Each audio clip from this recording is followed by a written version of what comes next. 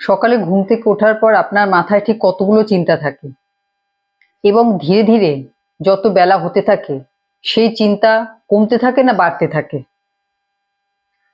মানে আপনি যে কাজ করছেন সেই কাজের প্রতি আপনার পুরোপুরি ফোকাস কি থাকে কি থাকে না? যদি থাকে তাহলে খুব ভালো কথা, কিন্তু যদি না থাকে তাহলে দিনের শেষে আবার আপনার মনের মধ্যে সেই একই প্রশ্ন যে আজকের দিনটাও কেটে গেল, কোথা থেকে সময় বেরিয়ে গেল বুঝতেই পারলাম না, যে যে কাজগুলো দরকার ছিল সেগুলো ঠিক মতন করে উঠতে পারলাম না।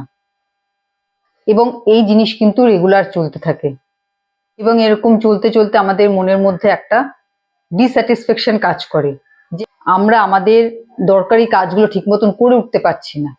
বিশেষ করে যারা অনেক কাজের দায়িত্ব একসাথে নিয়ে থাকেন তাদের আরো সমস্যা হয়ে যায়, তারা কোনো কাজটাই ঠিক মতন কমপ্লিট করতে পারেন না।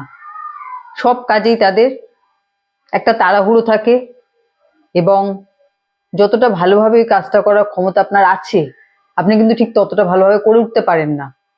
তার কারণ আপনি অনেক দায়িত্ব একসাথে মাথায় নিয়ে রেখেছেন। তো যাদের এইরকম সিচুয়েশন তাদের কিন্তু সব সময় এরকমই একটা অসন্তোষ মনের মধ্যে সবসময় থেকে যায় যে আমি আমার কাজটা ঠিক মতন করে উঠতে পারছি না, আমার যে ক্ষমতা আছে সেই ক্ষমতাটাকে আমি পুরোপুরি কাজে লাগাতে পারছি না। কারণ পার্টিকুলার কোনো একটি বিষয়ের উপর ফোকাস না রাখলে সেই কাজটা কিন্তু ভালোভাবে করা যায় না। এক্ষেত্রে আপনি আপনার 100% দিতে পারবেন না।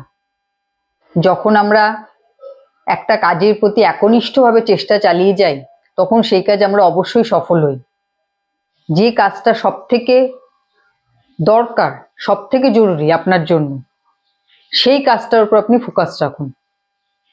আজ যদি অর্থ রোজগার করাটাই সব থেকে জরুরি হয় আপনার জন্য, যে আপনার পরিবার আছে তাদের সবার জীবন চালানোর জন্য অর্থ রোজগারটাই আপনার প্রধান কাজ, তাহলে আপনি সেখানেই ফোকাস রাখুন, আপনার কাজের প্রতি আপনি ফোকাস রাখুন। আর এই ক্ষেত্রে যদি কেউ আপনার সমালোচনা করে যে আপনি সারাদিন নিজে কাজ নিয়েই পড়ে আছেন, তাহলে সেই সমালোচনাকে ইগনোর করুন। কারণ আপনি যখন জানেন আপনার উপর আপনার পরিবারের দায়িত্ব রয়েছে, তাহলে কে কি বললো সেই বিষয়ে মাথা ঘামানোর কোনো দরকার নেই। কারণ অনেকেই আছেন যারা ভাবেন যে শুধু আমার কাজ নিয়ে যদি পড়ে থাকি তাহলে অন্য সবাই আমাকে কি বলবে, আমার নামে বদনাম করবে, আমার নামে সমালোচনা করবে। তাদের মনের মধ্যে এরকম একটা দোনামোনা চলতে থাকে এবং এর ফলে তারা তাদের নিজেদের কাজটা ঠিক মতন করে উঠতে পারে না।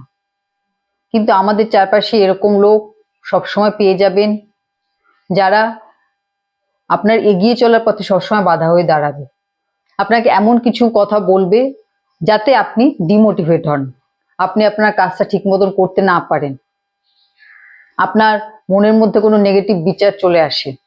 মানে এইরকম অকর্মণ্য অপদার্থ লোক কিন্তু আপনার চারপাশে অনেক পেয়ে যাবেন, যারা আপনাকেও ভুল বোঝাবে আবার আপনার পরিবারের লোকেদেরও ভুল বোঝাবে। তো এদের ফাঁদে কিন্তু কখনোই পা দেবেন না, এদেরকে টোটালি ইগনোর করবেন।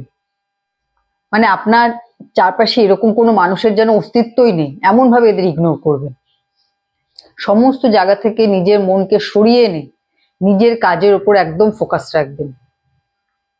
যে কাজ আপনাকে অর্থ দেবে, মান সম্মান দেবে, প্রতিষ্ঠা দেবে, আপনার পরিবারকে চালাবে, সেই কাজই আপনার জন্য প্রধান। একজন যেমন একটা কথা বলেছিলেন যে জীবনের যে কোনো পরিস্থিতিতে নিজের কাজের মধ্যে ডুবে থাকবেন। যে আপনার মন ভালো নেই, কাজ করবেন। আপনার মন ভালো আছে, আনন্দে আছেন, তাও কাজ করবেন। দুঃখ পেয়েছেন, কাজ করবেন। কেউ আপনাকে অপমান করেছে, তবু আপনি আপনার কাজ করবেন। মানে নিজের কাজের সাথে নিজেকে এমন ভাবে জড়িয়ে রাখবেন যে সেই কাজ আপনাকে আপনার জীবনে সবকিছু এনে দেবে, যা আপনি চাইছেন তার থেকে বেশি কিছু আপনাকে এনে দেবে। তো নিজেকে কোথায় পৌঁছতে হবে, তার জন্য নিজেকে কিভাবে তৈরি করতে হবে, কি কি জিনিস ছাড়তে হবে, কাদেরকে ইগনোর করতে হবে, এসব কিছু কিন্তু আপনার নিজেকেই ঠিক করতে হবে। কারণ সত্যি কথা বলতে আপনার নাম যশ এসবই কিন্তু আপনার অস্তিত্বকে নির্দেশ করে আজকের দিনে। কারণ আজ আপনি অন্যের জন্য যতই করুন, আপনার নিজের পায়ের তলায় যদি শক্ত জমি না থাকে তাহলে কেউ কিন্তু আপনার ভালো কাজের মূল্য দেবে না।